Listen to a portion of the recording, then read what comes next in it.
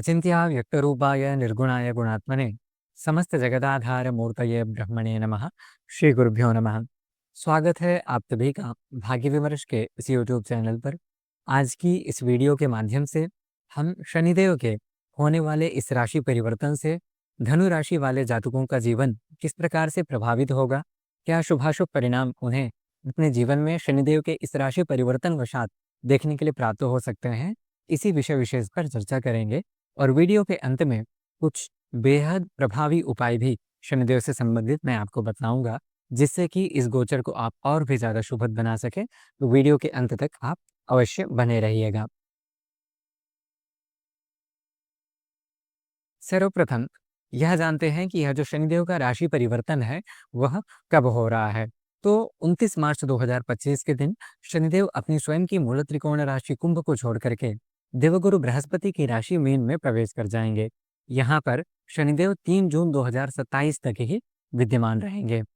यह जो शनिदेव का राशि परिवर्तन है, इसी के साथ आपके जीवन में ढैया का प्रारंभ भी शुरू हो जाएगा, क्योंकि जब भी शनिदेव चतुर्थ और अष्टम राशि से गोचर करते हैं, तो यहाँ पर आपके जीवन में ढैया का प्रारंभ माना जाता है। जब भी शनिदेव की ढैया शुरू होती है, तो चूंकि शनिदेव को कर्म का, दंड का, न्याय का, परिश्रम का, श्रम का, पुनः दुख, कष्ट आदि का कारकत्व दिया गया है। तो शनिदेव न्याय करते हैं, आपके जो भी कर्माचितः पूर्व सदादि यत्तस्य पत्तिम समविज्ञनक्ति है, अर्थात जो भी आपने कर्म किए हैं उसका फल यहाँ पर शनिदेव देते हैं, न्याय करते हैं शनिदेव आपके साथ। तो जो भी, यदि आपने अच्छे कर्म किए हैं तो उसका परिणाम अच्छा मिलेगा, यदि आपके कुछ बुरे कृत्य हैं तो उनका दंड भी शनिदेव इस समय अवधि विशेष में विशेषतया देते हैं।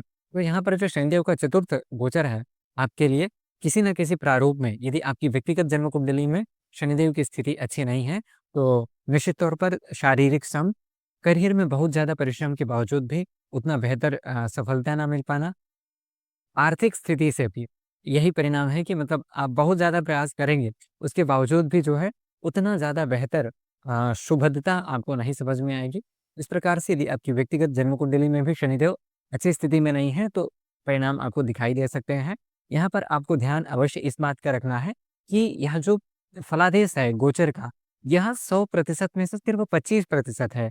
अर्थात आपके, चूँकि एक ही राशि के समग्र संसार में करोड़ों अरबों लोग हैं। यदि यह विषय सभी के ऊपर समान रूप से घटित होता, तब तो सभी के साथ एक समान घटना जीवन में हो रही होती, किंतु ऐसा नहीं होता। यहाँ पर जो फलादेश है, ग्रहचार्य दशा प्रश्न फल संवाद संभव्य, मतलब वहाँ पर बहुत सारी चीज़ें होती हैं, जिसमें से कि एक उसका पक्ष जो है गोचर है। तो इसलिए आपको पैनिक नहीं होना है। यहाँ पर आपकी व्यक्तिगत जन्म कुंडली में शनिदेव की स्थिति यदि अच्छी है, निश्चित तौर पर इसका जो परिणाम है, आपको किसी भी प्रकार से हानि अथवा जो है कष्ट देने वाला नहीं रहेगा। हाँ, यहाँ पर आपके चूँकि चतुर्थ भाव में शनिदेव का गोचर है, तो सामान्यतः यहाँ पर अच्छा नहीं माना जाएगा।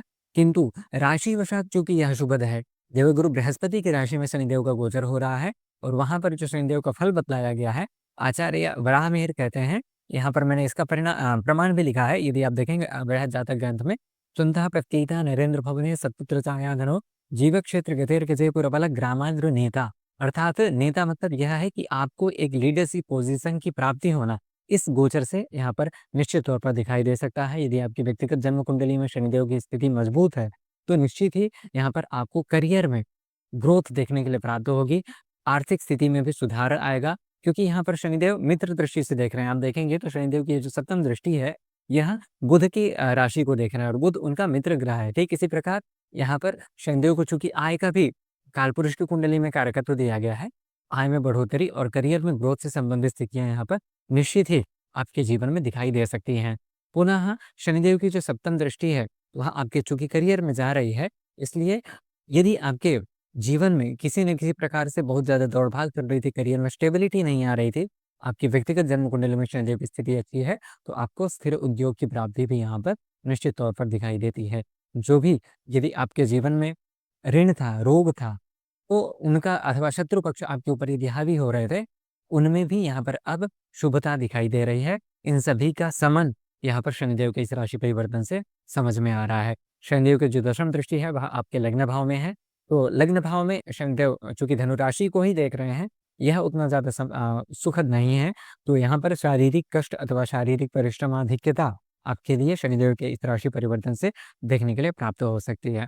इस प्रकार से कुछ मिले-जुले परिणाम ही यहाँ पर शनिदेव के इस राशि परिवर्तन वशात आपके जीवन में दिखाई देते हैं। किंतु यहाँ पर आपके लिए अच्छी बात यह है कि यहाँ पर जो देवगुरु बृहस्पति अभी तक आपके षष्ठ भाव में विद्यमान थे, मई 2025 से यह आपके सप्तम भाव में आ जाएँगे और यहाँ पर यह केंद्र भाव में देवगुरु बृहस्पति का जो फल है, वह बहुत अच्छा बतलाया गया है।